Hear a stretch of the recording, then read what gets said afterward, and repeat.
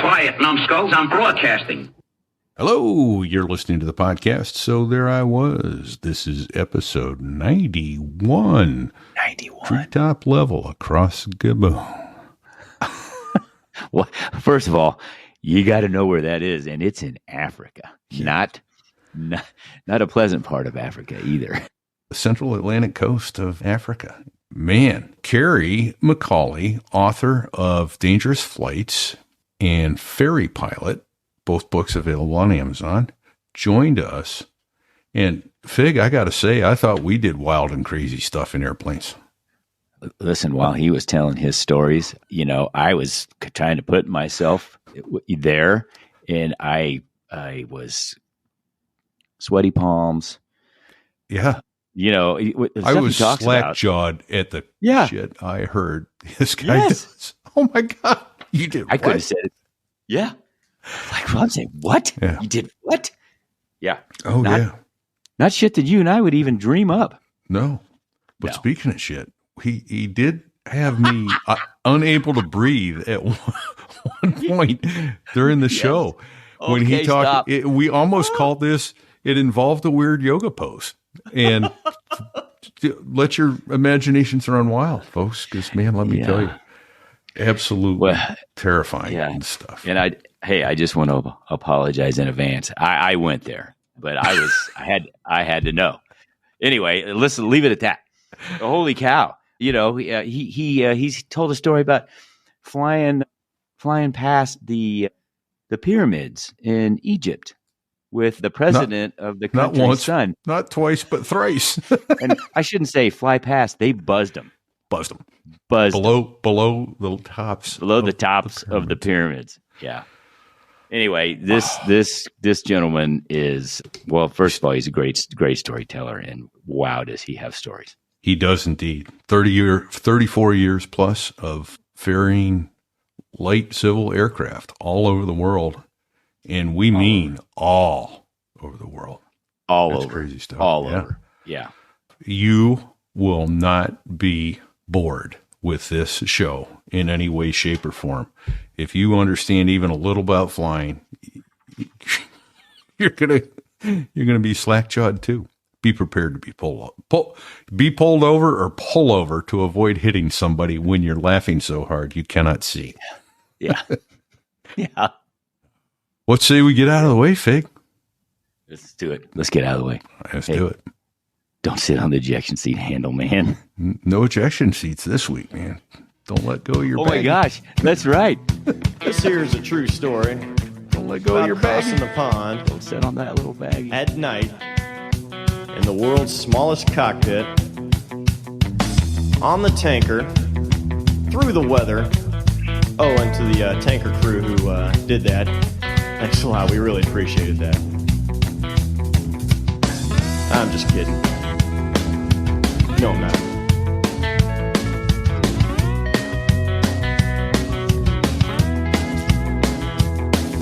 Well, there I was, crossing the pond, and you could see that I wasn't exactly fond. So there I was, 19,000 feet in a Mooney, on my way to Rome, Italy. And I was over New York, hadn't left the States yet. And I decided to penetrate a line of thunderstorms with nothing but a strike finder. No big deal. And suddenly things got really quiet. It was odd. I had to turn the music down because, of course, I was fly with music. And I realized that it's not supposed to be quiet, and I had lost my engine. Oh. And I wasn't really 100% sure where I was because I'd been going down this line of thunderstorms looking for an opening. And right when I penetrated, that's when I lost the engine. So of course it is. And that's of course it was. Oh, great and often terrifying aviation tales begin. Greetings, everyone. Repeat here from Cambridge, England tonight. And where's my co-host, Fig? Hey, thank you. I am in balmy Kearney, Missouri, where it broke freezing today, and things are actually thawing out. But more importantly, where are you, Sticks? Well, I am in New Hampshire, balmy, wicked New Hampshire. Nice. So, and we are so excited to have our guest with us here today. And regrettably, you have three co-hosts, but we managed to wrestle this guy into a show, and we have none other than Kerry McCauley. And you might actually recognize the name because he actually appeared on Dangerous Flights on the Discovery Channel. So he started us off with just an outstanding story. And just like, story. isn't it like Pettigrew from, or Peter, Mr. What was it? The guy, Pettibone from Grandpa Pettibone. Grandpa Pettibone. And then, but there was also the mishap reports, and you always know that segment where he puts in insert air drawn in through teeth, that. That's exactly what I was thinking. As soon as all of a sudden it got quiet in the cockpit. So, Kerry, why don't you tell us a little bit about our lead-in question is almost always, how did you get into flying? And dear God, we're going to get into what kind of flying you did because it's scary. Well, I'd always, been interested in flying growing up. My uncle Kerry, who I'm named after, was a naval aviator. He flew S-2 trackers back in the day. And while I was still in high school, I joined the National Guard and became a Huey crew chief because I just couldn't wait to get out of school. And once I was in aviation, I got my license and never looked back. I just can't stand the ground. I knew there's a reason why I liked you. Yeah. Well, how'd you start flying, though? I mean, 152s, Pipers? Yep, actually, Tomahawks at first, then went to 152s. The Traumahawk. I was going to say, deadly Traumahawks, yeah. Okay. And it was short. While I was in the Guard, that's when I found out about ferry flying. One of my fellow crew chiefs, his father owned the ferry company I ended up working for, and he told me about being a ferry pilot. And I said, that sounds like the coolest job in the world. I want to do that. But I didn't have a license yet, so I went and got all my licenses, started skydiving, and that's how to build hours, because I needed a bunch of hours to get hired to the job, and started flying jumpers, and that got me in my skydiving career, and the rest is history. What part of the country, Kerry? What part of the country were you in? Where'd you grow up and all that? Basically Minneapolis. I grew up in a suburb just on the north side of Minneapolis, and I'm still not far. I'm in Wisconsin now, but right across the border, so spitting distance. Nice. Yeah. So flying the Traumahawk and then getting all your ratings, and so were you flying the jumpers or jumping or both? Both. I started off jumping, and once I realized that flying jumpers look like a lot of fun too, and a cheap way to get hours, because everybody, once you get your license, that's just the first step. You got to get a bunch of time before anybody will hire you. So flying jumpers in some pretty rustic airplanes back in the 80s. You are so tactful, sir. Right? Rustic, yeah. They were pieces of garbage. But they were great, and I learned so much flying jumpers. You learn it's all stick and rudder. There's no straight and level, and the planes are all beat to hell, and everything's broken, and all the instruments are broken. And if you can fly jumpers in a beat up 182 and land on a short muddy strip, you can do anything. And multiple times a day, right? Well, yeah. And it sounds like you went on just to do just that. I mean, really. Holy shit. I watched just a snippet earlier today of one of your episodes that Styx sent out. And you were down in South America somewhere, and you were going to ferry a A36 back to, I don't know, I think North Carolina or somewhere. And your daughter was going to go with you. And I didn't get very far in it. Yeah, that was a fun trip. But I mean, okay. So how long have you been doing? How long have you been ferrying airplanes? My first trip was 1990. So doing it quite a while. Couple years now. Been doing it a minute. Couple of years. Yep. I back before GPS. I've got 8 crossings of the North Atlantic with nothing but a compass and a map, paper map. So how about that? Back in the Lindbergh days. Okay, so. When we literally thought about bringing a sextant along. Not kidding. So extra fuel bladder? What kind of airplanes are you talking about? Everything, 182s, 206s, Moonies, Navajos, 310s, Aero. And yeah, most of the time, at least in the beginning, a lot of ferry tanks. I like ferry tanks. Unfortunately, a lot of people have a lot of problems with them. I had 3 different times had major problems with them. Killed a lot of people because when you start messing with the fuel tanks, the fuel system, things can go bad. But when it works great, having 18 hours of range is kind of nice. I mean, your butt gets a little sore. Yeah. Yeah, but you're messing also with your CG and your weight and balance issues too. Yeah, we were allowed 25% over max gross and 2 inches of SCG. And we never broke that ever at all, I swear. Wow. When you put your coffee cup on the tail of the airplane just before you take off and it settles on the tail, like, might have exceeded that 2 inches just a smidge. Oh, boy. So you said sextant. Is that? Do you actually know how to use a sextant? I don't. We thought about it because we actually regressed in the 70s, 80s, and early 90s. Our navigation was worse than it was in the 40s and 50s when they were crossing the pond and they would take star shots and use sextants and that's how they navigated. Well, when we were ferrying, we had nothing. We'd get a winds aloft forecast. You'd get out your big paper map and your E6B plotter and plot your great circle course. And then you just took off and trusted your winds aloft chart. And once you left, out range of, the last VOR in St. John's, Newfoundland, you had literally no idea where you were. You could have encountered major headwinds or crosswinds, and you could be, hundreds of miles off course and you have absolutely no idea. So that's crazy because that's actually what I studied in college and my undergraduate studies. I actually was a navigation major at the Merchant Marine Academy.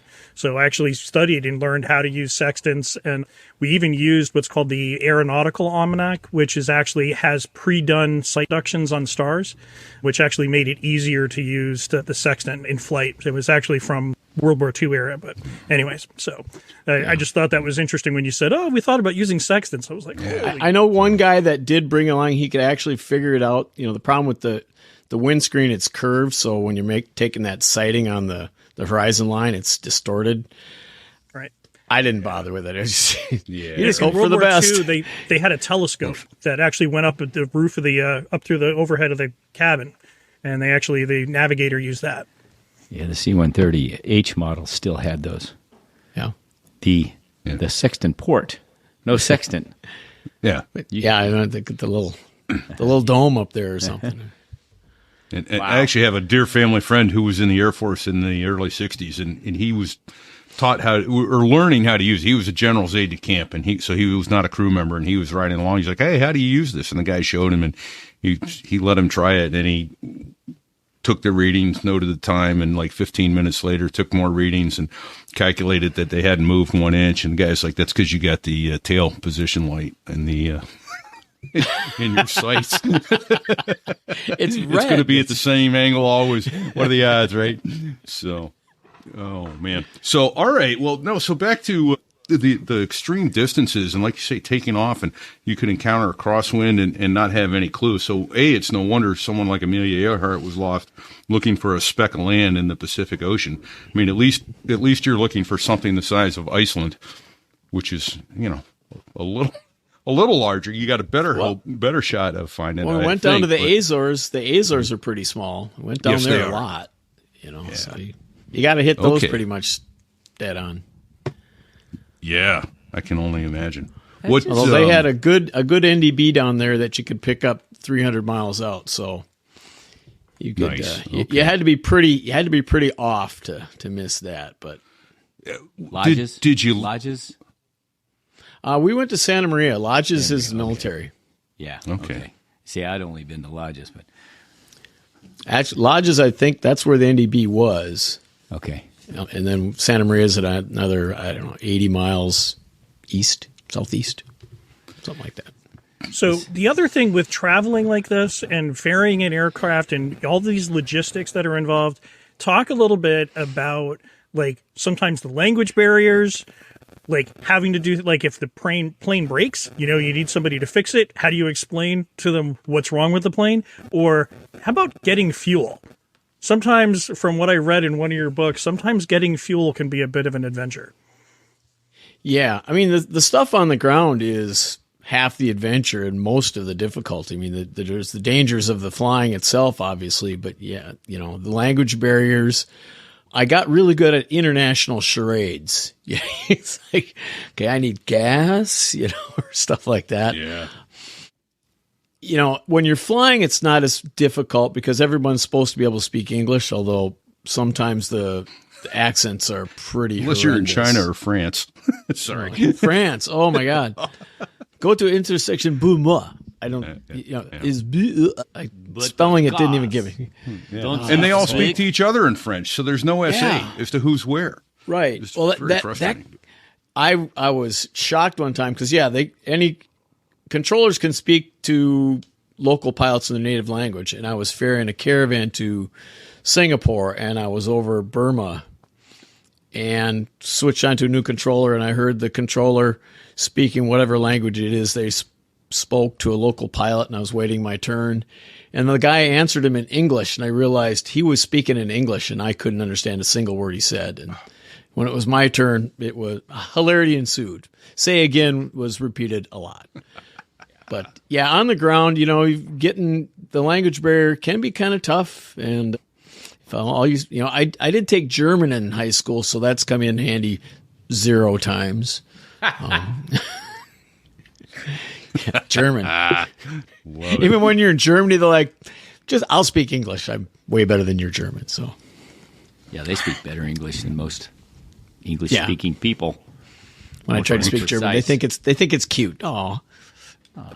So was it in India that there was like this big adventure with like 55-gallon drums, or they were pouring it in by buckets or something to that effect? Yeah. Is that right? Yep. Yeah, there's a lot of times that if you're flying a plane that uses 100 low lead, they don't have a truck like in the United States. So sometimes you'll get placed and they just crack open 55-gallon drums. And yeah, the one time in India, they were literally pouring it into a bucket and then into a funnel, and you're playing with a cheesecloth screen to screen out all the impurities and the specks of rust and everything. And I was in Pakistan once, and they were doing it. They had a hose and a hand pump, and the line had a split in it, so it was leaking 100 low lead. So one of the guys helpfully wrapped a cotton rag around it, which did absolutely nothing. And there were 6 guys standing around within 10 feet, all smoking cigarettes, watching the show. And I'm like, "Can you guys back up?" They're like, "What?" Because everybody smokes over there. I'm like, a couple steps back would be great right about now. Yeah. Oh my! No fire hazard. No. It's all good. This is very unsettling. All these. It really is. It's terrifying. So I know you've had so many ferry flights, but can you just walk us? Let's just you're taking a single engine airplane from somewhere. I mean, you've been all over the world. Let's just say, what's the average day? How long does it take to get a single engine airplane from North America to South America or over to Europe? And I mean, what's that look like? What's a day in the life? Well, I mean, really, what's a day in the life of Kerry, the ferry pilot, look like? Because this is terrifying to me right now. Yeah. Well, a trip to South America or Europe is typically about a week long. Africa, a week and a half.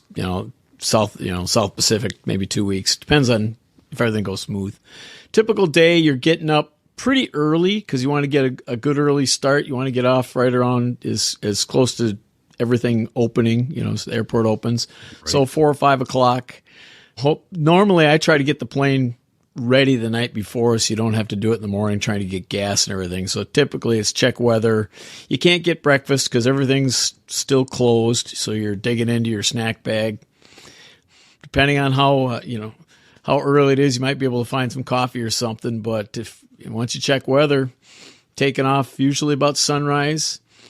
Fly all day. If you're using ferry tanks, that first leg might be 8, 10, 14 hours long.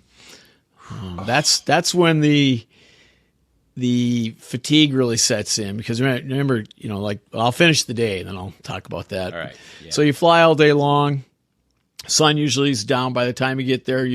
A lot of times you've gone through 3 or 4 time zones. So even though you took off at 4 o'clock in the morning, it's now 10 o'clock at night by the time you get there. Go through customs, immigration, all that stuff, put the plane to bed. Try to get a ride into town, find a hotel. Can't get anything to eat again because everything's already closed now.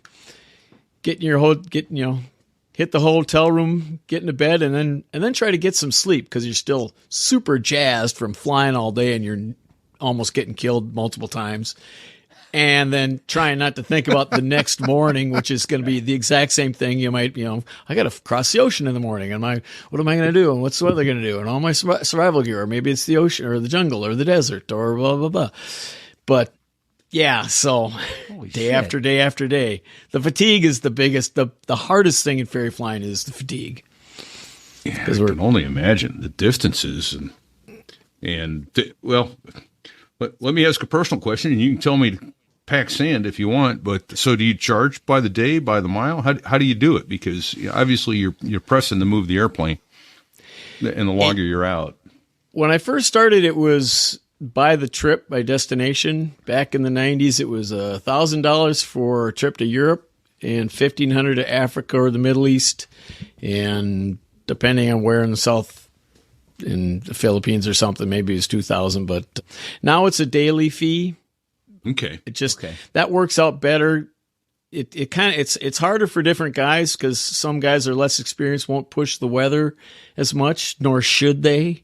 Right. People have different experience rates. So, weather days, usually they'll charge a little bit less for sitting on the ground, being scared. Right. But you should also get paid for your time if their airplane breaks through no fault of yours. Yep. While you're waiting to move it. So let me back up a little and ask, how did you do this with anybody, or did you just decide I'm going to start ferrying airplanes once you had your ratings and start moving it? Or no, I guess, did you learn at someone's feet?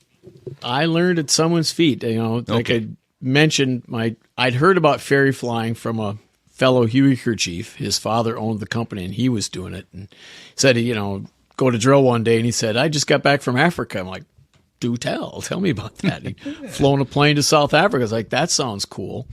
So, I got my ratings, got built up time flying skydivers, and then the company actually suffered a fatality, which meant there was an opening. So I went and applied. And that company, we lost 4 pilots in 4 years. Ferry flying is the real deal. We used, back in the 90s, they were losing 3 pilots a year on average over the North Atlantic alone. Not our company, everybody, but still, it was real. That's terrifying. Yeah. But, so it was, they had an international delivery company, Orient Air, and they ran me through, before they sent me out on my own, they ran me through their vigorous ferry flying school, which consisted of sitting in the boss's office for 2 hours, drinking scotch with him, listening to him tell me all the different ways you could get killed over the North Atlantic. Very inspiring. Yeah. And I figured they'd start me off slow, like a trip to Texas or something, kind of get my feet wet. Because I'd never been anywhere, done anything. And they called me and said, you ready for your first trip? Sure. 172 to Iowa, I can handle that. No, you're taking a Duchess to Lisbon, Portugal. Nice. Okay, then. Let's go. This was from Minneapolis area? Yeah, St. Paul. Yep. Hey, how old were you when this is going on? How old I were you was, on your first trip? How old were you? I think I was like 28, maybe. Holy shit! Kind of an old man by then. Sure. Kind of got a late start in the whole aviation stuff. So yeah, that's crazy. But so first trip right out of the gate. Yep. Duchess to Lisbon, Portugal. Yep. Now I was alone in the cockpit, but I did have my boss. He was with me in a 206. He was taking it to Switzerland, so I'd be able to be with him to Portugal. And that first trip, we go to Bangor, Maine, clear customs, and up to St. John's, Newfoundland. Mm-hmm. And let me tell you, when you're sitting on the runway at Newfoundland in early morning before sunup, realizing there's 1,900 miles of Atlantic Ocean down to Santa Maria is next, is like that's a gut check right there. Yeah, it is. Yeah. But it was awesome. That first day was just a piece of cake. It was a beautiful sunny day, and the Duchess is a light twin, and plane was running great. And then I realized I'd made the best decision of my life at that point. And that feeling lasted about halfway. Of course. And then I was having a great day up until then. Then I didn't have the problem. It was actually my boss. He lost his vacuum pump in the 206. And he was a little nervous because the second half of that day wasn't going to be bright sunshine. It was forecast to be stormy, low clouds, high winds, heavy rain, and at night, because this was just after Christmas, so it got dark really fast. And he was pretty nervous about 6 hours of partial panel work and then an NDB approach into an IFR airport in the ocean. So he had me catch up to him. We don't do that to professional aviators in the simulator. Well, you should. Oh my gosh. He circled over the first island in the Azores, and I caught up to him. And then we flew night IFR instrument formation all the way to Santa Maria, which was, yeah. Looking over my shoulder, watching him bob and weave. He was not a good formation pilot. I thought he was going to hit me, but Oh my gosh. that was my first trip, the first leg of the first trip of a 30-some year career. So, and it's been terrifying. All I'm going to say is I appeared on the show around episode 28 or 29 or so, and I told Repeat and Fig about a story where I went offshore about 100 miles, and I literally heard their rectums pucker when I said, "Oh yeah, no, 100 miles offshore. That's normal. We do that. That's what the Coast Guard does." In the goo, yeah. I heard my rectum pucker when you said, "Oh yeah, no, we're going from St. John's, Newfoundland to Portugal." Are you out of your mind? That's insane. Well, he had two engines. He had two engines. Okay. I had two engines too, I suppose. So. Yeah. But what could possibly go wrong? Yeah. No, that's crazy. Well, okay. I am just stunned by this. Okay, yeah. Hold on. I got lots of questions here. Yeah. So I've done multiple crossings in a tactical jet and an airliner. I've done it in a C-130. With the exception of the airliner, we always had plenty of survival gear with us in the event that we, couldn't make it to land. And depending on the time of year, that was all for fluff anyway. But what kind of stuff do you carry normally for survival when you're ferrying an airplane over thousands of miles of blue water? Well, I actually take it pretty seriously. Always, if it's North Atlantic, I've always got a survival suit, the big 1/4-inch neoprene Gumby suit. We'll have a life raft, and I've really customized my gear over the last 30 years. We started off with an actual old ELT out of an airplane, big clunky thing, which really wasn't going to do us any good at all. And, now we have the nice portable little EPIRBs, which are about the size of a cell phone, which are pretty good. We used to have flares. You can't bring flares anymore because you can't bring them back with you. So now I use a laser pointer for a signaling device, signal mirror, handheld radio, portable GPS so you can tell them where you are, and everything else. And I used to have it in have a raft and a separate ditch bag of all the stuff. And I realized, the hard part is if you survive the actual impact with the water, then you got to get out of the plane before it sinks. Which is going to be tough because it's probably going to be upside down because half the time it's fixed gear airplane. It's going to flip. And then it's always going to be at night in heavy seas because that's just how stuff works. Yeah. That's the only time Murphy's coming. You're not going to get, it's not going to be a pond. It's not going to just skim in on your belly. But now I take everything I really need to have with me. I have zipped inside my survival suit. And so I've just got to get my raft out with me and get out of the plane and hopefully, get picked up in a couple of days because you're going to wait a while. Once you're out of helicopter range, which is maybe 100 miles offshore, you're going to be waiting on a boat, and boats are slow. Boats are very slow. Yeah. So you point out one interesting thing, and as a Coast Guard pilot, I've told a number of aviators and people and mariners, bring a two-way radio with you because as a helicopter pilot in the Coast Guard, I can direction find on a radio. But I cannot direction find on a cell phone. So you're SOL if you've got and even if you're flying general aviation, take a radio with you. Civil Air Patrol and the Coast Guard can all direction find off of your radio. You pick up the EPIRB. Yes. Yeah. Oh, absolutely. Yeah. Okay. That would actually typically get slaved to what would be the needle for our NDB. And we could pick that up and go right in on it. Either 121.5, both UHF and VHF. So 121.5 and 243, which are the guard frequencies where the ELT signals go off. And I flew God knows how many searches for activated EPIRBs. Probably constitutes maybe about 20 to 30% of my Coast Guard searches that I did. So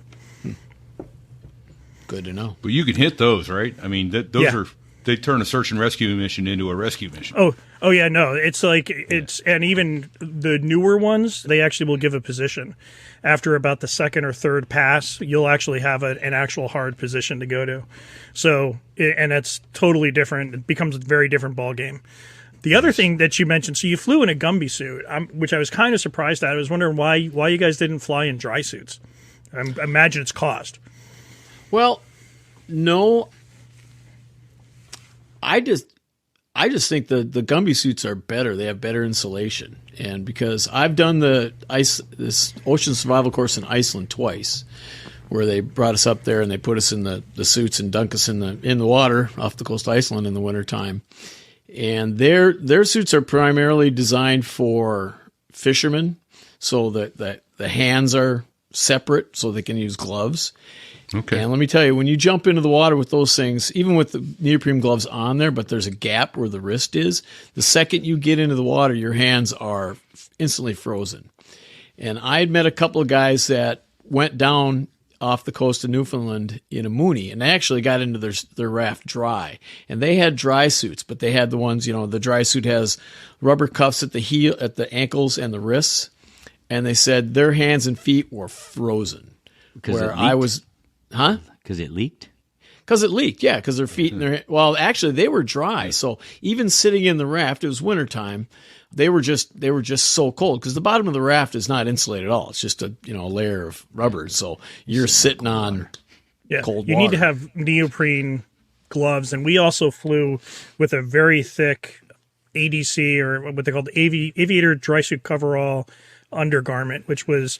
and we had a lightweight one and a heavyweight one. And depending upon what our weather was, and then you were supposed to wear thermal underwear under that. And that's actually issued to us in the Coast Guard. We actually, at times I felt like the Michelin man going out to my helicopter to go fly a mission. It was kind of crazy. But I typically don't actually wear it. I'm usually have it unrolled and sitting on it if it's a single, or in the bag if it's a twin. Which is another reason that the Gumby suits are probably a little better, a little easier to get on. Sure, especially if something happens. When you're time limited. What kind of altitude are you at?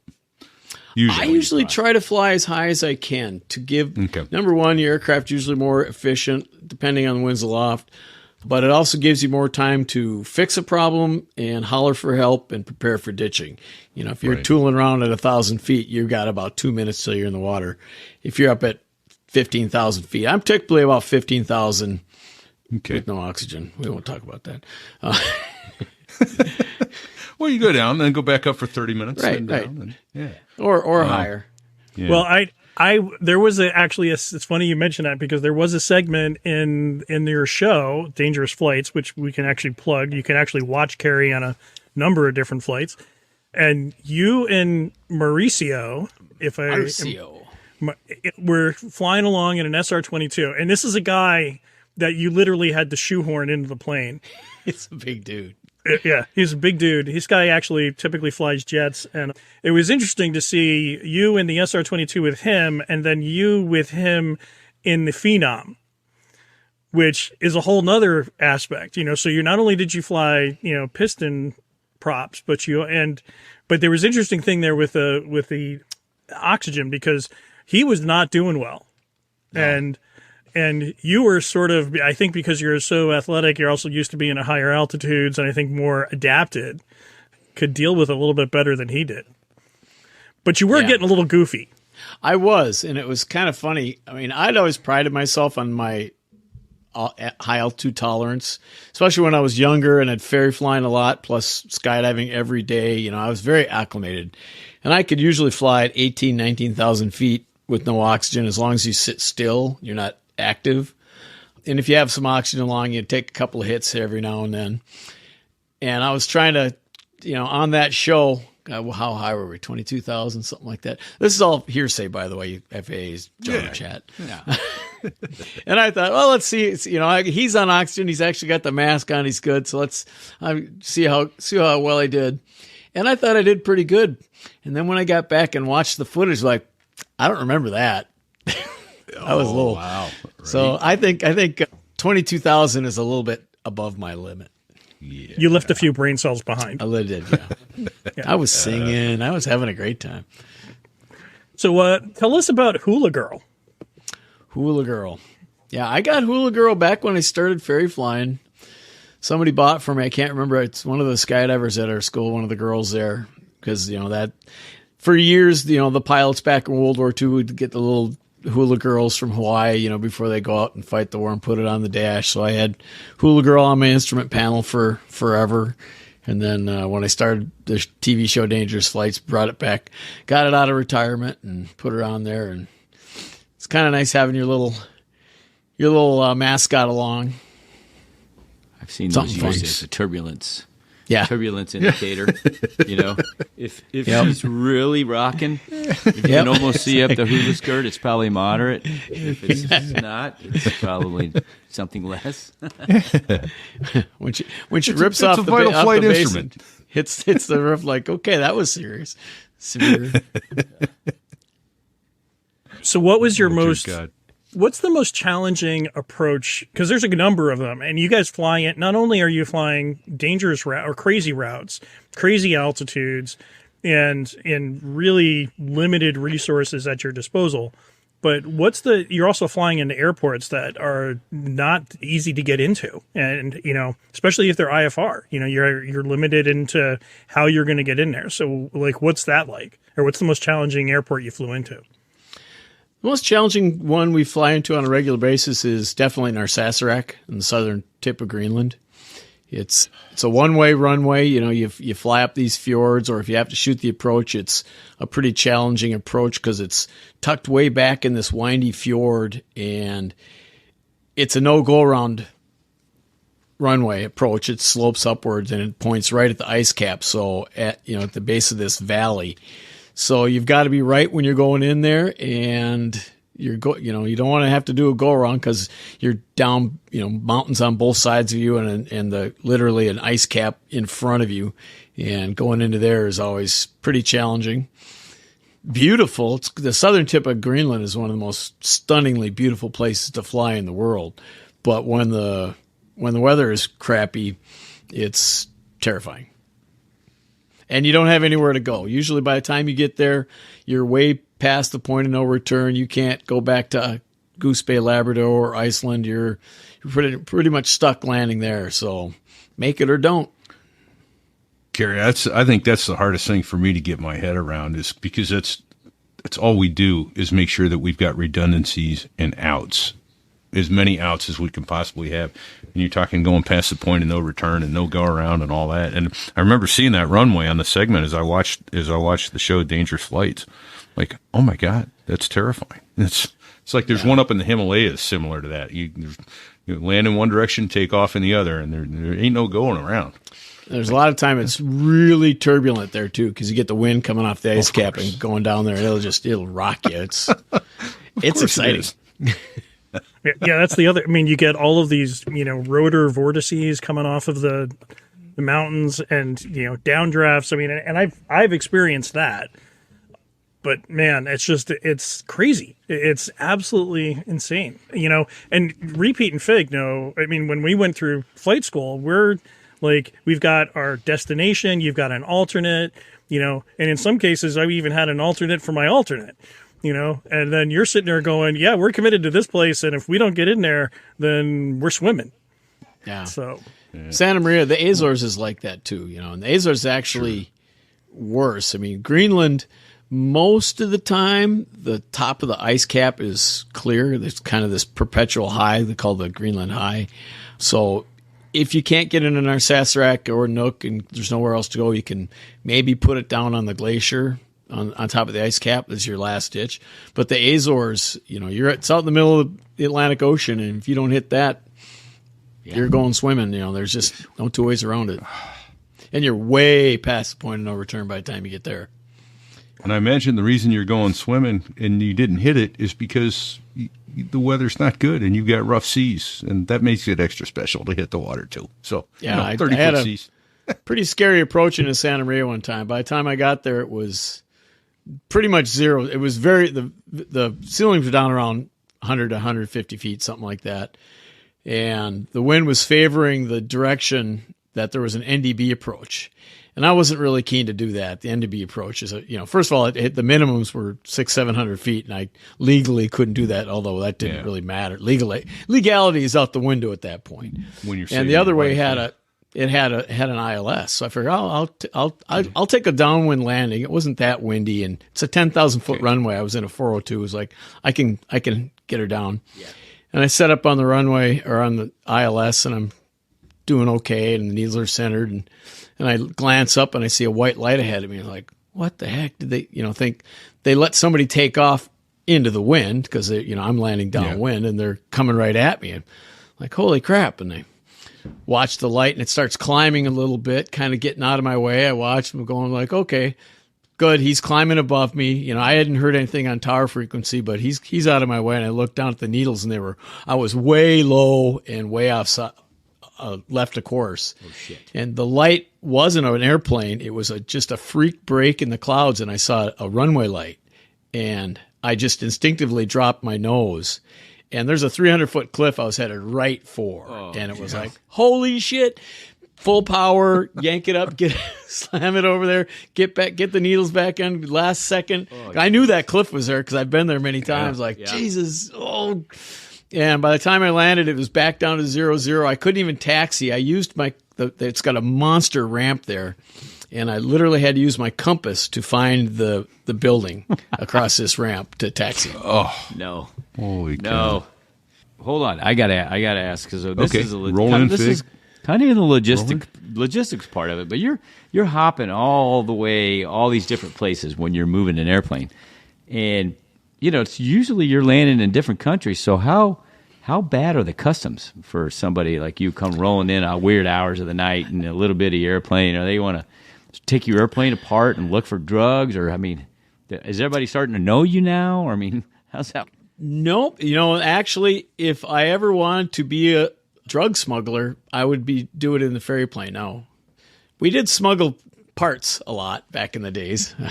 Theoretically, ethereal. But you could have had you wanted to. Customs never came out and looked at the plane, but they would sometimes give you grief inside, and they'd always want their little extra backsheesh, and little extra in the, which I almost always refused to do. I'd play my stupid American. They wouldn't actually come out and demand a bribe because that's just not done. They just hint at it, and I would just play stupid, like I'm not sure.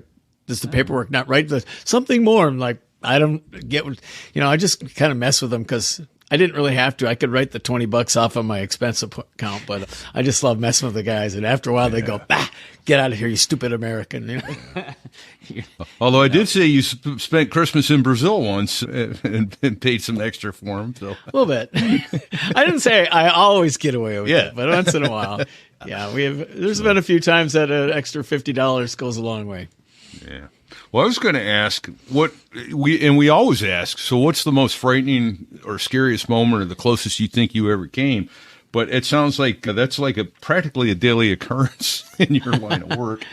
So, I'm going to move to what's the funniest thing you've ever seen? The funniest, and if I put you on the spot, we'll go back to some more scary crap and come back to funny, but. Or one of the other questions I would ask would be the coolest thing that you'd ever seen, which I think I might have an idea what it might be, but you've seen and been so many different places. Yeah, so there you go. You got three questions: coolest, funniest, or scariest. All right. We'll start with funniest. I was flying on the way to Goose Bay, Labrador. My boss was in another plane. Two of us, I think we're in Bonanzas or something, and we're listening to fingers, 1, 2, 3, 4, 5.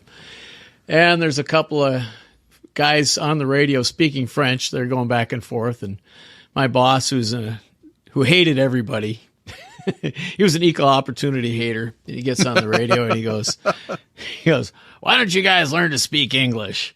And one of the guys that was speaking French comes back, and goes, "Fuck you," And he goes, good, you're learning. I almost lost control of the airplane. I was laughing so hard. That was just, I died. I just died. That's a show title there, man. I love it. Good, you're learning. Learning. That's great. Oh, coolest thing I ever saw was the pyramids in Egypt. I took a Cherokee 6 over to Cairo. I was delivering it to Anwar Sadat's son, and I picked him up in Alexandria in on the Mediterranean coast, and together we flew to Cairo, and we got close to Cairo, and he goes, you ever seen the pyramids before? I go, nope, never been to Egypt before. This is a dream come true. It's a pilot's ultimate, adventure. You're flying a small plane to Egypt and you get to see the pyramids. And I remember seeing a picture of a formation of P-38s in World War II over the pyramids. Like, this is the greatest thing ever. And he goes, well, they're right over there. Let's go see them. And we go over to the pyramids and he kind of looks at me sideways. He goes, you want to buzz them? I go, no. Yeah. Can we? He goes, yeah. And we buzzed the crap out of those things 3 times. I didn't know the Sphinx was right there. I'm a little kid from Minnesota. 3 times beneath the tops of the pyramids, shooting the goalposts, laughing like schoolgirls, just unbelievable. We pull up, do it again, just buzz the crap out of it. The 3rd time he goes, okay, we better get out of here because even I'm going to have some explaining to do. But, it's the president's son. What are they going to do to him, so. Beautiful. And the most dangerous closest was probably when I lost my ferry system over the middle of the North Atlantic one night, way beyond the point of no return, heading to Paris, and turned on my ferry system and the fuel wasn't flowing. So you say ferry system, that's the extra fuel tank and everything? Yep, the ferry tanks. Yeah, Okay. I 4 hours into the flight, I'd run the wing tanks dry and I turned on the ferry system, and a couple minutes later realized that fuel's not moving and oh boy, I need that gas. Interesting. Yeah. Interesting. So a stupid question then. Can you not burn the ferry system first and then go to the wing tanks last? Look at you with your good ideas 30 years after. I was thinking That's what I same do. thing. I was like, man, shouldn't we burn the fuel tank, this ferry tank first? I don't know. Yeah, that's what I should have done. You bet. That would have been a great idea. I didn't know if you couldn't or something. If it was something to do with CG or okay. The problem was on that one, there was a couple problems, and the first one is I was young and getting confident and cocky. I've been using the ferry system a lot. That'll never go badly. That'll never gonna happen. And I'd been using that ferry system for 3 days, and it worked great. And when we go out over the ocean for speed and range, we like to keep the plane as aft CG as possible because, as you know, a plane flies faster and more efficient aft CG. So you bring the wings off first, and then But what I should have done is test the ferry system, and I hadn't done that because I'd been using it for 3 days. It worked great. You'd been testing it. Yeah, I'd been testing it, and so I sat there, and the way they're rigged is they've got a line that goes to the belly of the tank with a J tube, and it ram air pressurizes them. And I took that line apart. I always carry tools in the plane, and there's supposed to be a blast of ocean air coming out, and there was nothing, so that was the problem. And was it frozen over, or? Well, normally we drill a hole through the bottom of the plane and secure it with a nut and a big washer. But this is a brand new plane, and the boss didn't want to drill a hole in the brand new plane, so him and the mechanic had stuck it sideways through an access panel and duct taped it in place. Oh, nice. I wasn't happy with it, but like I say, it worked for 3 days. So again, my fault. But yeah, so I sat there and looked at that tube and that big metal tank. It's like, how am I going to pressurize this tank? And basically think, well, if I can blow up an air mattress, maybe I can blow up a steel ferry tank, and stuck it in my mouth and started blowing. And I had to blow into that tank for 8.5 hours to keep the engine running. No shit. Also, the plane I was at 15,000 feet, no oxygen, hyperventilating like crazy. The plane's, the whole cabin was filled with 100 low-level fumes. I was hypoxic and stoned out of my mind, passed out at least 3 times. Couldn't stop in Ireland because all the airports were closed in 00, and I was in no shape to shoot a 00 approach in a Bonanza, and had to go all the way to Paris blowing in that tube. So, and you were solo? Oh yeah. Oh. All right. This is like a whole new level of nuts. I'm writing. This is and a I'm whole. processing this. This is a whole new level of nuts. It is. This is some not of the normal. This is some of the wildest aviation I've ever heard of in my life. It's amazing. It's fascinating. And Wow. Oh my God. So you're You got to do what you got to do, man. You're hyperventilating because you're blowing, and then you would you would pass out just from the fumes and the lack of oxygen and the hyperventilate. Then you kind of wake back up. And so did the airplane have an autopilot at least? Yeah, it did. What kind of plane was my this? my fear was I tried not to pass out because what I thought would happen is, if I passed out eventually, because I was feeding the fuel into the wing tanks. That's where the fuel went. So I had to pressurize the ferry tank by blowing into it, and then it would move some fuel out into the wing tanks. And if I passed out and the wing tanks went dry and the engine quit, I was pretty sure that would wake me up. But I didn't think, as I'm plunging toward the ocean, that I could get the ferry tank pressurized in time to move fuel to the wing tanks in time for the fuel to go from the wing tanks to the fuel system, to the fuel pump, to the engine before it hit the water. But didn't matter. I passed out anyways. So that was a long night. Repeat, Fig. Did I not tell you this was going to be nuts? yeah. Oh, yeah. This is a whole nother level of nuts, man. Holy Yeah. I mean, Oh, sweet fancy Moses. That is just. it is amazing. Yeah. Yeah. Kerry probably has a hard time finding pants that fit. And I think so. Yeah. and keeping the tire and the wheelbarrow inflated, Yeah.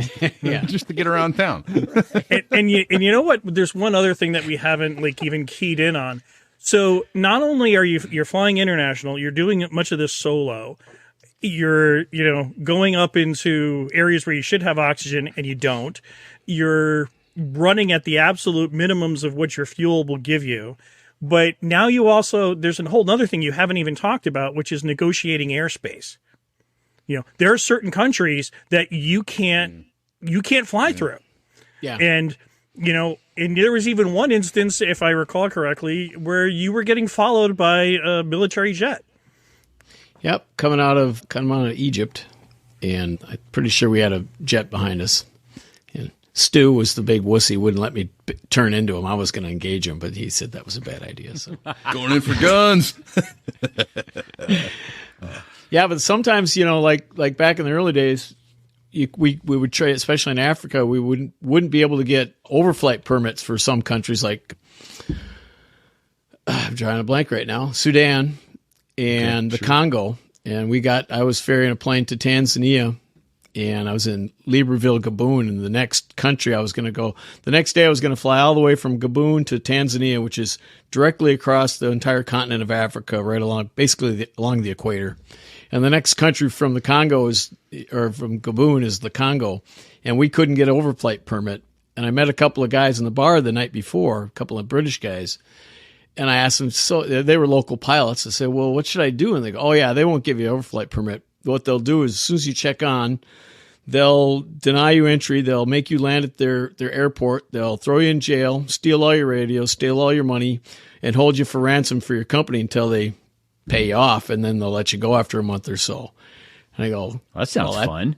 That doesn't sound like any fun at all. What should I do? They go, Well, they go, if it was me, I'd turn my transponder off and fly a treetop level and stay away from the big cities.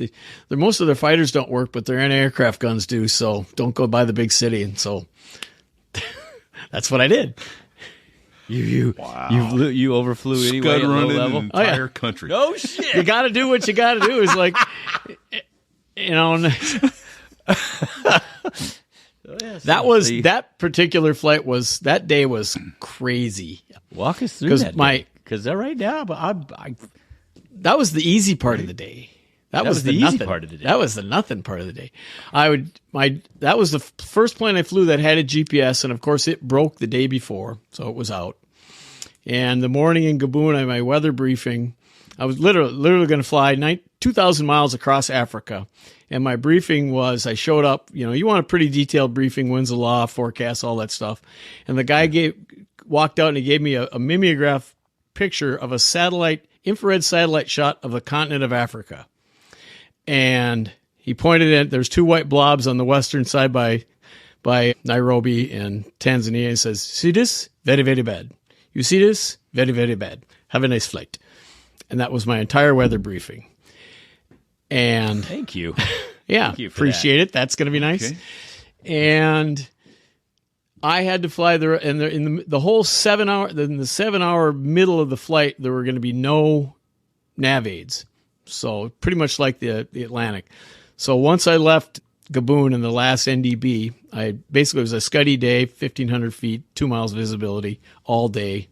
Nothing but Tarzan jungle beneath you, 100%. And flew for 7 hours with nothing. And then you get to the point where you're going to pick up the next VOR, and I turn it on, tune it in. Nothing. Crap, I think I'm lost over Africa. Sun goes down, thunderstorms that he warned me about. I had to negotiate, get my butt kicked in the thunderstorms over some mountains. I'm making a long story really short. That's okay. Get to the other side. The next VOR you're supposed to pick up, and nothing.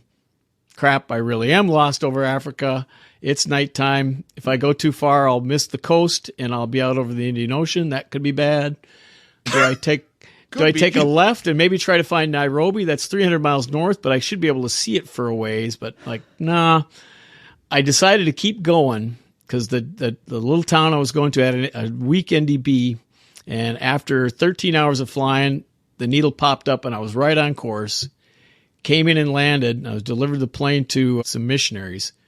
And I was having dinner with them afterwards, which was awesome, except they didn't have beer, which I really needed a beer after that day. Oh, my gosh. And I start telling them this story, and I get to the point where neither of those VORs pick up, and they both stop. They stop looking and look at each other like, what? They go, nobody told you? And I'm like, those VORs never work because they're run on gas generators, and as soon as the government delivers the gas to the generators, the local warlords go and steal the gas. Somebody should have told you. That would have been helpful to know about 10 hours ago. That would have been awesome. Yeah. Let me surmise that. Yada, yada, yada. They go and steal the gas and the VORs stop working. Yeah. So give me a break. Oh, my God. That's insane. Yeah. Africa. Gotta love Africa. I love Africa. It's always like that. I was just down in Namibia this spring and flying around the desert. It was fantastic. Yeah.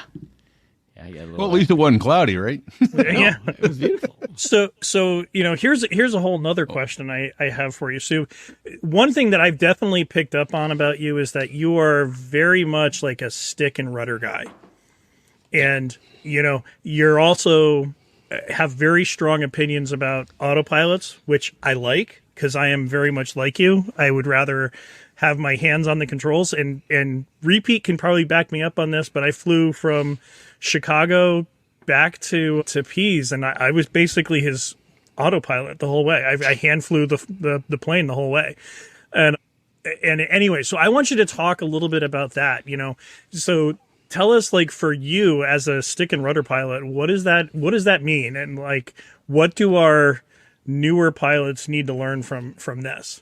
Or because there's a lot of emphasis on, I'll just use the autopilot. And there's a great example of this, and you did a great analysis on it as well with Tennessee Fly Girl. So talk a little bit about that.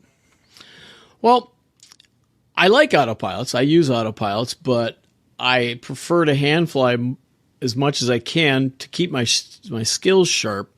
And I think a lot of the kids growing up these days, they're flying planes, back when I started, it was the old Traumahawks, the 152s, and their steam gauges, and half of them didn't work. And I learned so much growing up in that environment, not to be the old guy back in my day, but even, you get these kids these days, they even on their long cross countries, they're turning on the autopilot and thinking, well, I'm straight and level for the next hour and a half. I won't learn anything, and I completely disagree. Even the act of keeping a plane straight and level requires flying. And the more stick and rudder time you have actually flying the plane, the more muscle memory, the more natural it gets to you. Right. And so it is important to know how to use the autopilot in an emergency, in when you're going into the airlines and you want to have all these stabilized approaches and all the tools. Yep, that's great. You should know how to use it. But when it doesn't work, you want to have a really good foundation to fall back on of stick and rudder skills. And when stuff goes to hell, you need to know how an airplane flies. It flies through the air. It's an aircraft. You need to have that basic foundation of how to fly an airplane and not drive an airplane. Right, exactly. No, those fundamentals are so key, and they obviously they drilled them into us in military flight school as well. But yeah. Well, here's a sad state of affairs at the major airlines right now. That we're hiring some pretty systems managers, unseasoned pilots at very low time, and these particular pilots, the ones that have gone through the flight schools that are rapid pace, but they all have the Garmin fancy instrument panels. They've never done anything except fly the magenta line. Yep. So if you get off script anyhow, FMC fails, and now you're back to tuning VORs. It's going to be a shit show. Yeah. You know what? Now that you mentioned those two acronyms, probably ought to cover those real quick. I think we've covered VORs before. Those are ground-based navigation statements. FMC is a flight management computer that all modern airliners have now. So, I had a question back when you were talking about Africa. Is when I cross the equator, I do it at 30,000 plus and at 400 to 550 knots ground speed. So I barely notice the equatorial convergence zone. What kind of problems does that pose for you at 1,000 to 15,000 feet and 100 to 200 knots as opposed to? Yeah. A lot. Is that a problem? Oh, definitely. Yeah. Okay. Like when I would fly down to Africa, Tanzania, to get from the route we usually took would be from Agadir, Morocco, down to the Ivory Coast. You fly the whole over the Sahara. And we would fly that at night. So we would arrive down there in the intertropical convergence zone in the morning when the weather's usually better. So because it's in South Africa or South America too, but South Africa or Africa, the afternoons they'll kick your butt. And like the night that I was flying to Tanzania, those are the afternoon thunderstorms that were pretty severe. But yeah, so we would fly all night over the Sahara. Of course, I lost my alternator doing that one night and had to fly 8.5 hours by flashlight, but that's another story. That's good times. Jeez. He just throws these things out. See you guys. He throws these things out like it, I flew by flashlight. Yeah. Oh, that's I had my flashlight. I was holding it in my mouth, and I just flew 8 hours that way. And then I figured out it was the old days, mini mag light, and it's of course the only one I had.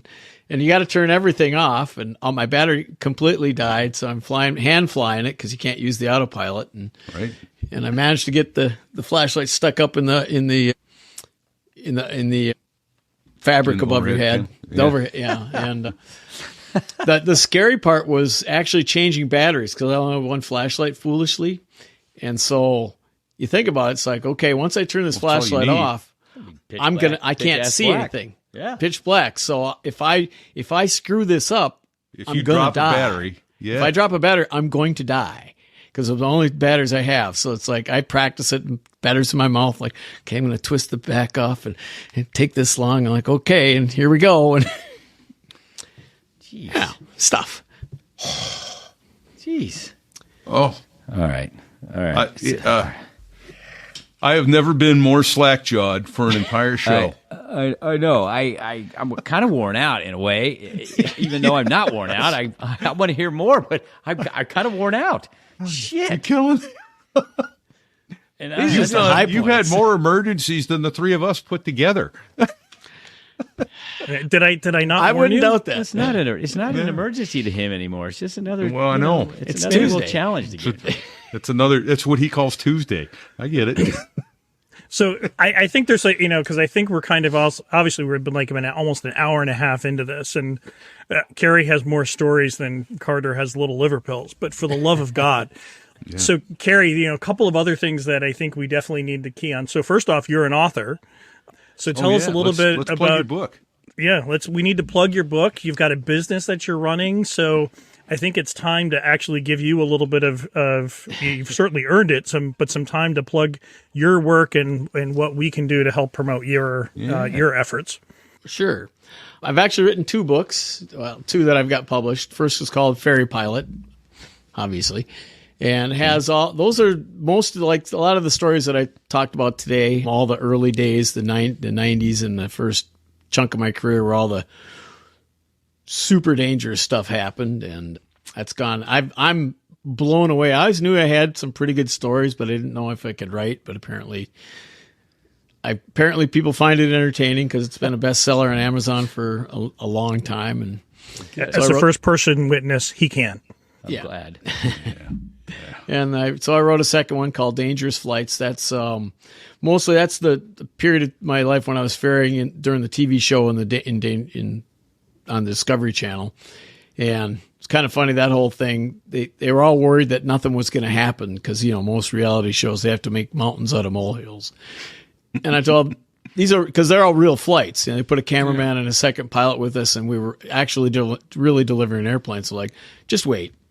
It's going to happen. Plenty of stuff. And they ended up having to cut so much. And so those 2 books, and I've got some novels coming out that I'm working on, and I'm going to write a story about Orient Air, the company that I worked for, because I was one of just a number of pilots that worked for this company from the 70s on, and they all had stories like this. I just interviewed a guy on my YouTube channel, Greg Cotton, and I'd heard most of his stories, but he told one that I hadn't heard that my jaw was dropping. Like, are you kidding me? Okay, that's saying something right there. He lost a cylinder flying down to Ivory Coast. He didn't know it. Cylinder detached. And when he landed 50 miles short because he was low on fuel, and then discovered that the cylinder had detached from the case. Whoa. But he didn't have good maintenance there, so he took off with a cylinder. This is in a twin. Took off like that and flew the last 50 miles. It's like, okay. Wow. There's that. Wow. Wow. Yeah, so you can go to my YouTube channel. It's the Confessions of an International Ferry Pilot, that episode, and you can listen to him tell a bunch of stories like I just told, and had me doing the same thing you guys are doing. Like, okay. Right. What? Yeah. I know. So what is your YouTube channel there, Kerry? Just my name, Kerry McCauley. Okay. Yeah. So that's KerryMcCauley.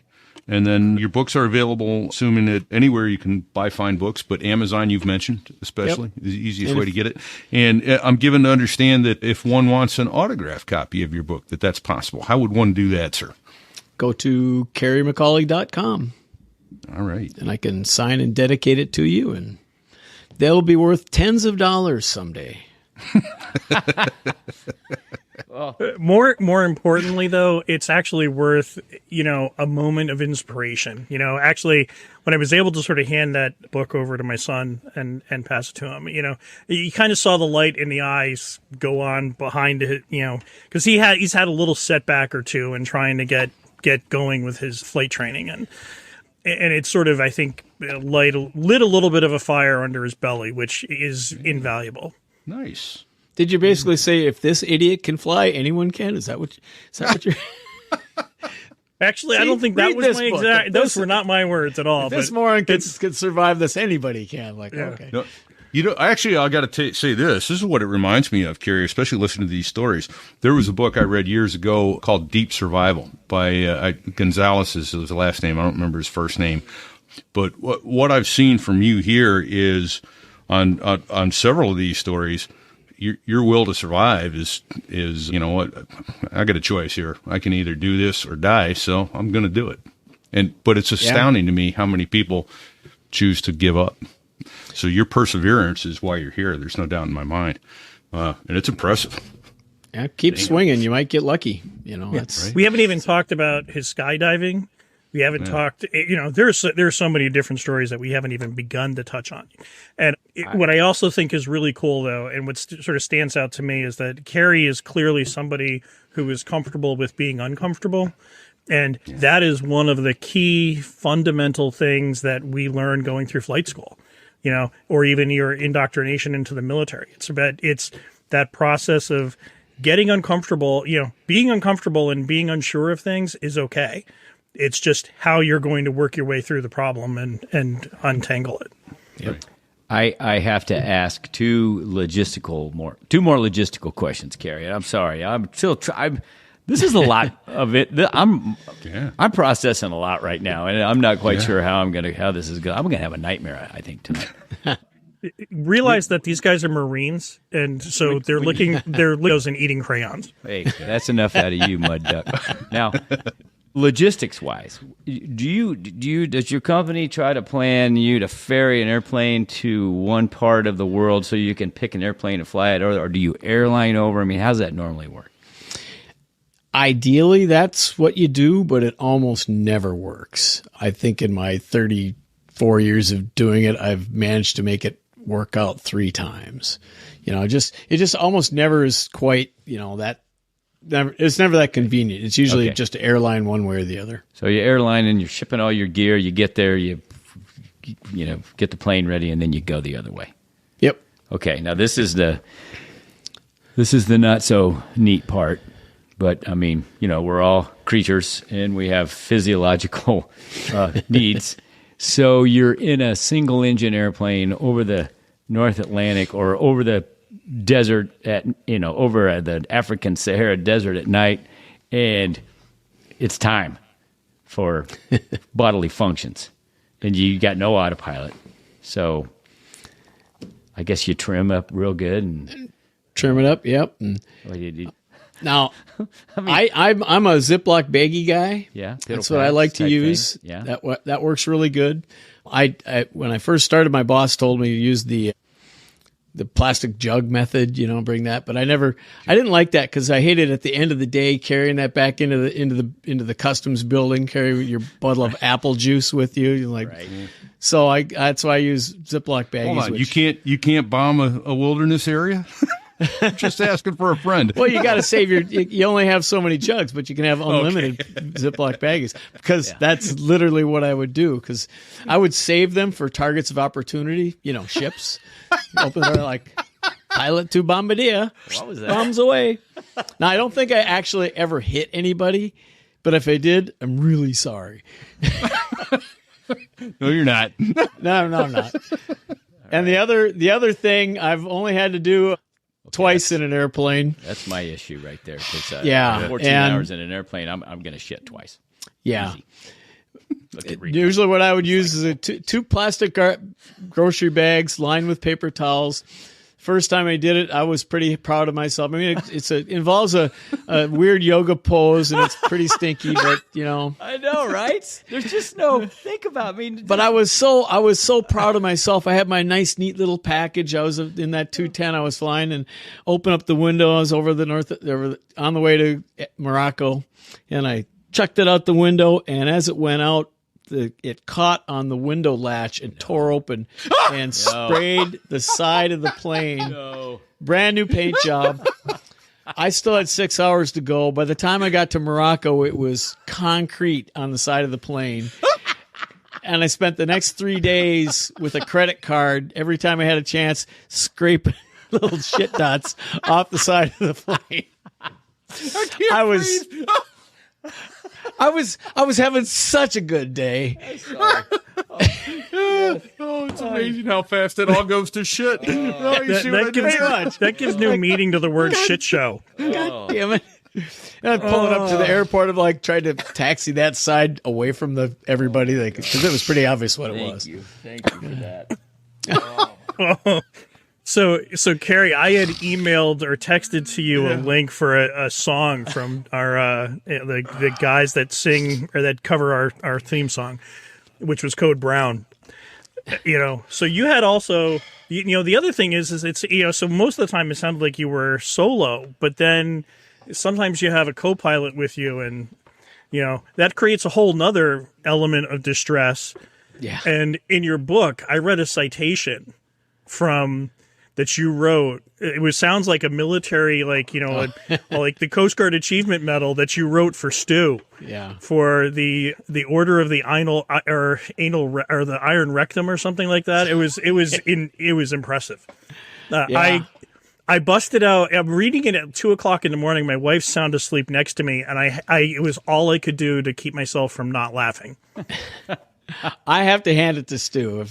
To make the long story short, we left Pakistan, and he'd picked up a bug in Karachi, and we're flying to the UAE right off the coast of Iran.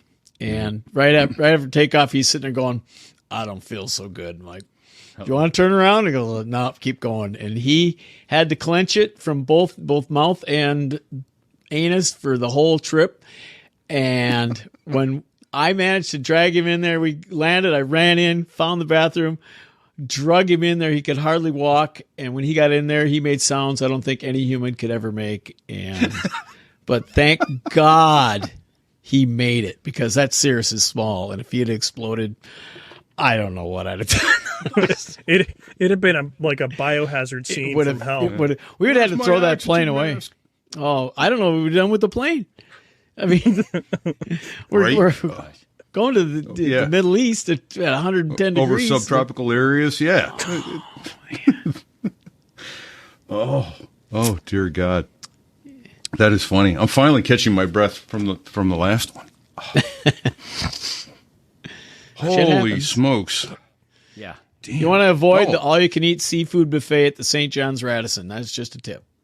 There you go. There you go. Oh, man. Oh my gosh. Now, are you still doing this today? I am. I haven't crossed the pond since COVID. When COVID hit, I didn't want to do any because they were quarantining you in the hotels, and that kind of takes all the fun out of it. Oh, yeah. And at this stage of the game, right now, I'm picking flights that I want to do just for the fun and adventure of it. If it's a really cool plane or if it's going someplace really amazing, I'll do it. My son and I just ferried a 182 up to Anchorage in April, and that was an amazing trip. I'm trying to get him as much as a real world experience before he goes and does something autopilot-y. So we had a blast on that trip. That was fantastic. Nice. Yeah. Yeah. I was telling Kerry pre-show I did a transcontinental trip with my daughter and a Grumman Tiger, and that's just the best time of your life, getting to spend time with your kids like that. Yeah. It's wow. Well, that's one. I have actually a very boring question now based on all of that. You're going to pick up these airplanes and you get there, and how often are these new, and I am using air quotes, these new airplanes ready to go when you get there, or in the condition that they're ostensibly in, that the buyer believes them to be in? And how is that ever burned you? I can't imagine it hasn't, so that's why I'm asking. Yeah, it has. They all supposedly have a fresh annual, but the problem that I have with these used planes, the new planes I don't even like, because new planes don't have enough time that the stuff they did wrong in the manufacturing hasn't broke yet. Yeah. Ran into that problem quite a bit. But the old ones, it's like, why is somebody selling a plane? Well, it's because they're not flying it enough, and that's bad for airplanes. So a lot of times they've been sitting for years by the time I get there. And usually there's not much, I give it as best a look over as I can. I, pop the cowls off and do everything. Maybe we'll split the oil filter, but that's as much as you can do. Basically just take off and circle the airport, see if you're look over your shoulder and look at your shadow, make sure you're not trailing smoke, and then fly it. See what, hopefully you're not. Sometimes you're immediately taken off over the ocean. I've done that a number of times. But sometimes you've got a couple of days of over land while you can still get maintenance to check it out. But okay. Cross your fingers and hope for the best. Pretty much. But I've had to change vacuum pumps, alternators, windshields, tires. I had to make a valve cover gasket out of cardboard in Greenland one time because it was going to be eight weeks to get another one. Just lost engines, lost everything, lost both vacuum pumps and the right engine in a Navajo at night over Saudi Arabia a couple years ago. So partial panel, single engine, Thursday. Those are mad skills. Those are seriously mad skills. Because it's a lot. It reminds me a little bit like when I was back at the academy at the Merchant Marine Academy. We learned. I learned how to make a gasket. Cut a gasket out. Using an X-Acto knife and basically out of cardboard, and that's just crazy. How often do you ever learn that?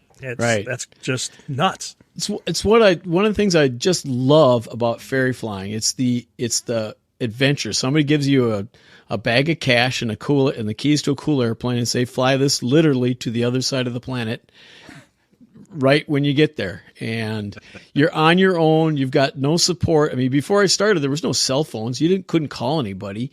So it was all up to you just on your wits. How could you get it done? And you had to find a way to get it done. They would give you a route, but it was kind of a general route. It's like, well, if there's a war in some country or there's bad weather here, you go different places. I mean, this is the only job where I actually literally use a globe to flight plan. Like I'll get my globe out. Like I'm starting here, I'm going there.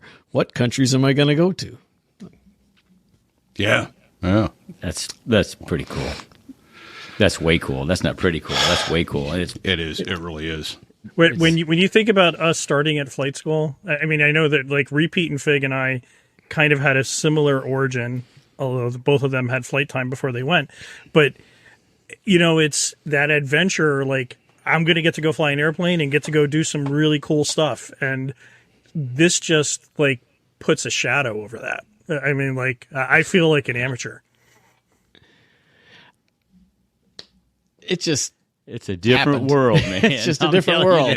Yeah, it is. This is so far outside the norm for what Repeat and I are used to on a daily basis. This is not even in my paradigm. I mean, Kerry, you've caused me to do some serious soul searching. Well, I mean, I don't even know.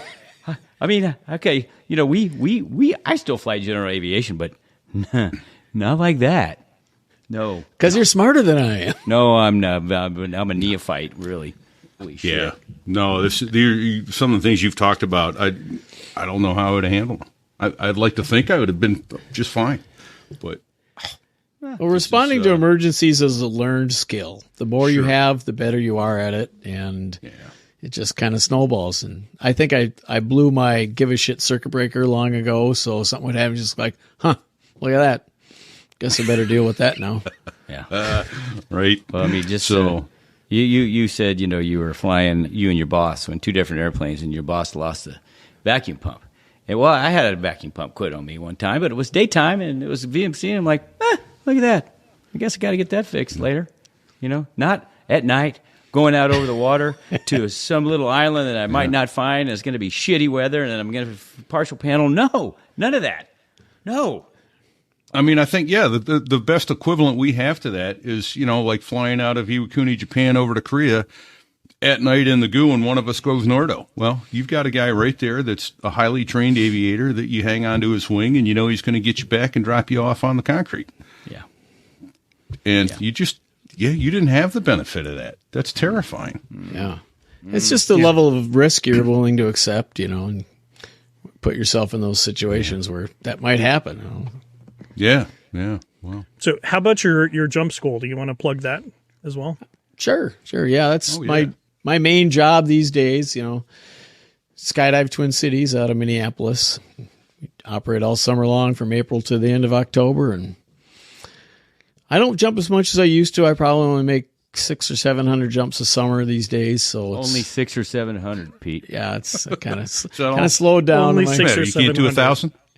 Nah, it's getting too old for that. I'm 60 years old, 61, almost 62. God, how's this? I know. Only 600. Okay. Oh, man. Okay. So, I'm sorry. I wrote it. I thought I wrote it down, and I didn't with my pen. Twin Cities Jump School? Skydive Twin Cities. Skydive Twin Cities. My apologies. Yep. Yeah. Okay. Skydive Twin Cities. Very cool. Well, if you ever wanted to skydive, you know where to go and find a guy who's based it all and just stares it down like it's nothing. And only a half a millennium of drumps every summer, because you can't get 1,000 in the summer. That's for the young kids, Yeah, right. Well, that's crazy. I mean, gravity does all the work, so I don't know why he's complaining about jumping at 60. It doesn't take any skill; it's literally falling. Old ladies can fall.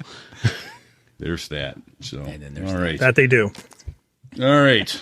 Well, we've been doing this a little over an hour and a half. I think it's time we land this plane let's land it. with an open invitation to come back. Love this stuff, but I'm just glad I can breathe. I know there's things that you're not telling us, you sneaky bastard. There's stuff you are not telling us. We don't have the time. We literally don't have the time. I just scratched the surface. Well, we're going to come back and do some more of this then. Because, this is great and hilarious. So thank you so much. We've got to get a couple other thank yous out there, too. First of all, let's thank all our military active duty and veterans and their families who sacrificed so much to give us the freedoms we have. And I know you, Kerry, have seen up close and personal a whole lot more countries than even Fig and I have in our aviation jobs. And so you see what people live like, and you know that we're blessed to live in the country we do. And it's because of these people who have written that check. So thank you. And Kerry, thank you for your service as well. Thank you guys too. Don't want to overlook the fact that you actually, you did sign the bottom line, and you were in the Army. 12 years. And not only that, you signed up to get into helicopters. So I like you for that alone. There you go. Huey's, baby. Rotor heads. Too terrifying. That was the beginning of the total lapse in judgment career that he's just describing to me. Right, exactly. The first fatal mistake. There you go. Oh, man. We also need to thank Dave Hamilton over at backbeatmedia.com. He's online and handles all our advertising, so thank you to Dave. Dave has a couple other shows. He's got the Mac Geek Gab, of which I'm a co-host, the Gig Gab, and the Business Brain for entrepreneurs. So look those shows up wherever you find your favorite podcasts, and you'll find a professional broadcaster over there. What should someone do if I didn't cover a term like VOR or FMC or something, Fave? What do you think? Well, we have a glossary at sothereiwas.us/glossary, and if it's not in there, Sticks at sothereiwas.us is the smartest guy between the three of us, and he can answer. They keep thinking I'm smart. I don't know what they're getting at. And you know what? Email Sticks with any questions you have, because he's smarter than both of us. Yeah, not true. Put together. No, not Repeat's wearing one of our T-shirts with our logo on it. We got a merch store. There it is. Look at that. Yeah. So therewas.us/merch. Yeah. Hey, we're only a couple months away from bikini season, and we have a bikini on our merch store. It's pretty sweet. I need to come back and tell a story about wearing a sweatshirt in the grocery store. There you go. I'll tell you what, we'll get that after, and I'll tell you why after we get off the air. Okay. I promise. It's a good reason. Then we also, he's listening tonight. Thanks to Brad Silcott over at BDSAviationPhotography.com. BDSAviationPhotography.com for letting us use a lot of his amazing images. This guy has some amazing photographs of airplanes and other things, but airplanes, it's like, holy cow, he's like right there. Beautiful stuff. So thank you, Brad. We appreciate that. How would you rate the show, Sticks? Oh, well, you're going to go to So There I Was Apple Podcasts, and you're going to give us 5 stars. Not a 4-star, not a 3-star. I got it even easier. So thereiwas.us/rate. Oh, Boom. Even better. Okay. Yeah. There you go. So thereiwas.us/rate. And you're going to give us a 5-star review. Not a 4, not a 3. Just give us 5. If you got constructive feedback, give it to us, but then still give us the 5-star, okay? It helps the show. Yeah, it does indeed. We're all about making corrections. And the last thing that you have to do, well, first of all, thank you to all of you who have supported us financially. This show is live streaming. It's going to come down and go private, and those of you who support us financially will get the private link to see this online at your leisure.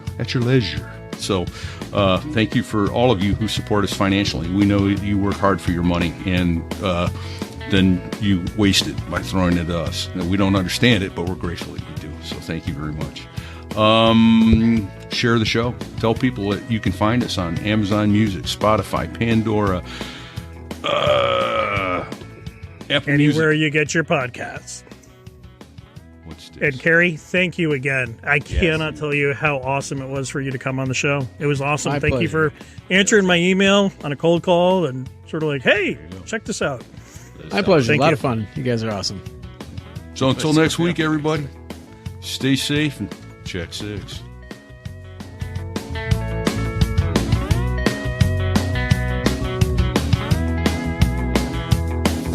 Well, there I was, crossing the pond, and you could see that I wasn't exactly fond of all the shit I was wearing on that day.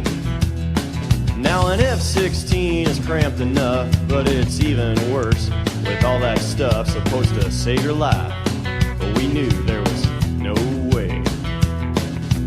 'Cause when you're going down the North Atlantic, man, it's over. Hold on, it's what? He said it's over. It's over. Piece of cake. Cake.